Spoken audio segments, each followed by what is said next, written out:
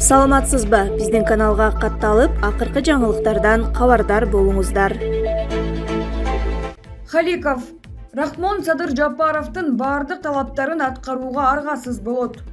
Маалым болгондой, Талибан радикал тобу учурда Ооганстан жана Тажик Республикасында өз аракеттерин жасоодо. Эркин Кыргызстан саясий партиясынын мүчөсү Айдар Халиков бул аракеттерди колдонуп, Кыргызстан чек арадагы өз көйгөйлөрүн жоюуга болоорун өз социалдык баракчасында бөлүштү. Анын айтымында Тоолу Бадахшан Мургаб Жергеталдагы кыргыздар Кыргыз Республикасына кошулууга мүмкүндүк алуу үчүн ыңгайлуу учурду күтүүсү керек.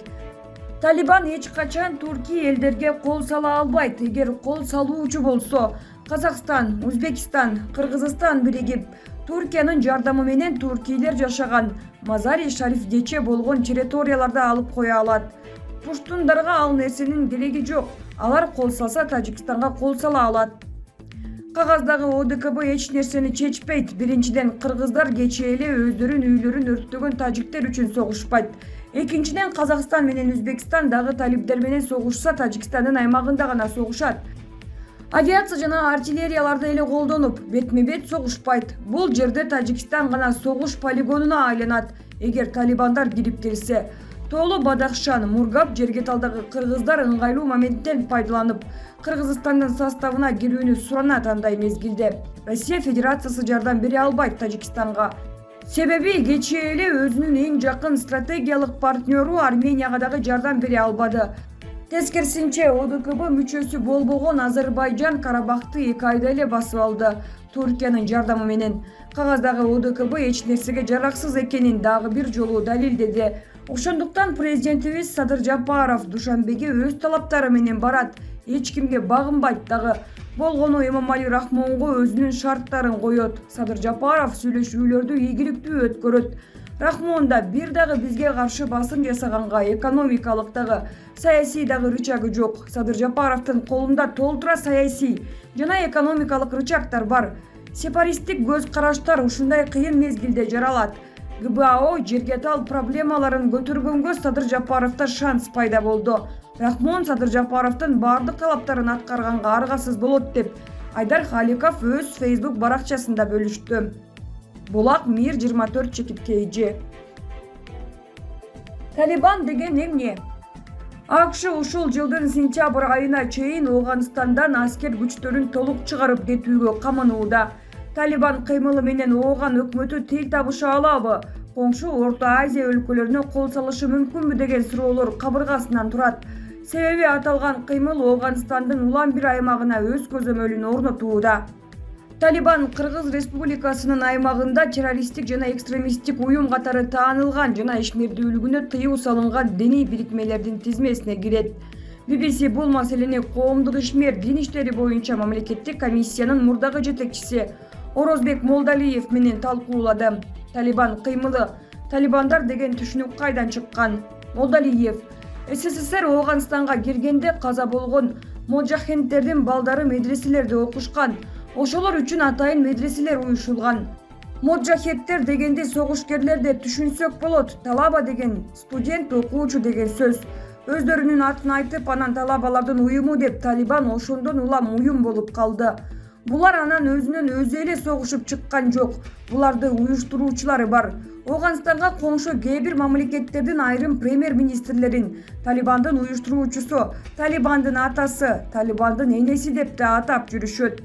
Ооганстандан советтик аскерлер чыгып кеткенден кийин 1989 ал жакта башаламандык башталып, жарандык согуштун оту тутанды. Бийлик талаштын айынан болду. Ошол учурдагы президент бир топко чейин күчүнүн жетишинче жакшы эле кармады. Ага мүмкүнчүлүк бербей СССР таштап койду. Анан СССР өзү алапайын таппай, урай турган болуп калды. Көпкө чейин өзүн кармап турган президент Нажибулла жалгыз алы келбей бийликтен кетүүгө аргасыз болду. Ошол кезде жарандык согуш чыгып, башаламандык күчөп, абал аябай оор болду. Ошондо аренага Талибан чыга келди. Көп себеби ар кандай версиялары бар. Кээ бирлери Талибан Кандагардан эле күтүүсүз чыга калды дейт. Жок, андай эмес. Булардын атайын уюштуруучулары бар. Башында булар Пакистанда кээ бир кишилердин жүгүн коштоп ишин баштаган. Алар акырындап Ооганстанда тартип орнотууга киришкен. Ошол кезде эл жарандык согуштан аябай тажап, тынчтыкты эңсеп турган. Талибандар болсо ээлеген аймактардагы согушту токтотуп, каршылашкан тараптарды сүрүп чыгып, бийлигин орното берди. Ошондон улам эл ушулар келсин, тынч жашасак деп эңсеп калган. Ушундай жол менен алар аймагын кеңейтип олтуруп ээлеп калды. Ооганстанга барып изилденгендеги топтогон материалдарымдан бир мисал келтирейин. 1997 жылы BBC'нин журналисти Пакистандын премьер-министри Беназир Бхуттодон Талибандын артында сиздерди турат дейт деп сураган. Анда ал бир эле Пакистан эмес, аларды даярдаганга бир топ араб өлкөлөрүнүн каражаты кеткен. Буга АКШ, Улуу Британия жардам берген деп жооп берген. Демек Талибандын аренага келип чыгышына жалгыз эле Пакистан эмес, башка күчтөр дагы кызыктар болгон. Кайдан келип чыккан дегенде негизги версия ушундай. BBC тамыры кайсыл жылдарга барып такалат. Молдалиев 1989 жылдары пайда боло баштаган. Пакистандагы медреседе окуган студенттер, талабалар ошолордон башталды. 91 жылдары булар саны жагынан да, сапат жагынан да көбөйүп, миңдеп саналып калды. Ошол кезде Ооган коому оор кризисте тургандыктан булардын аренага чыгышын эл жакшы кабыл алган. Булар акырында ушинтип жүрө олтуруп, 96 жылы Кабулда бийликти алды. BBC азыр булардын көздөгөнү эмне? Молдалиев Талибандын көздөгөнү Кабулда кайрадан бийликти алуу. 1996 жылы бийликке келип, алар биз Эмираттай кылабыз, ислам мамлекетин курабыз дегенде Сауд Аравия, Пакистан, Бириккен Араб Эмираты гана тааныды. Башка мамлекеттер тааныган жок, себеби булардын светтик түзүлүшкө жакындыгы болгон жок. Диний негиздеги мамлекет болуп, аялдардын укугун чектеп, окуусуна тыюу салып, иштебегиле деп абдан радикалдуу кадамдар менен аракеттерин башташты.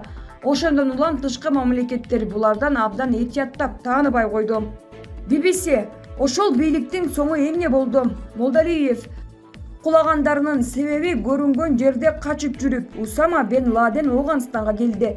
2001 жылы сентябрда АКШда террордук чабуул болгондо, алар муну Усама бен Ладен жасады, аны бизге өткөрүп бергиле деп талап койду.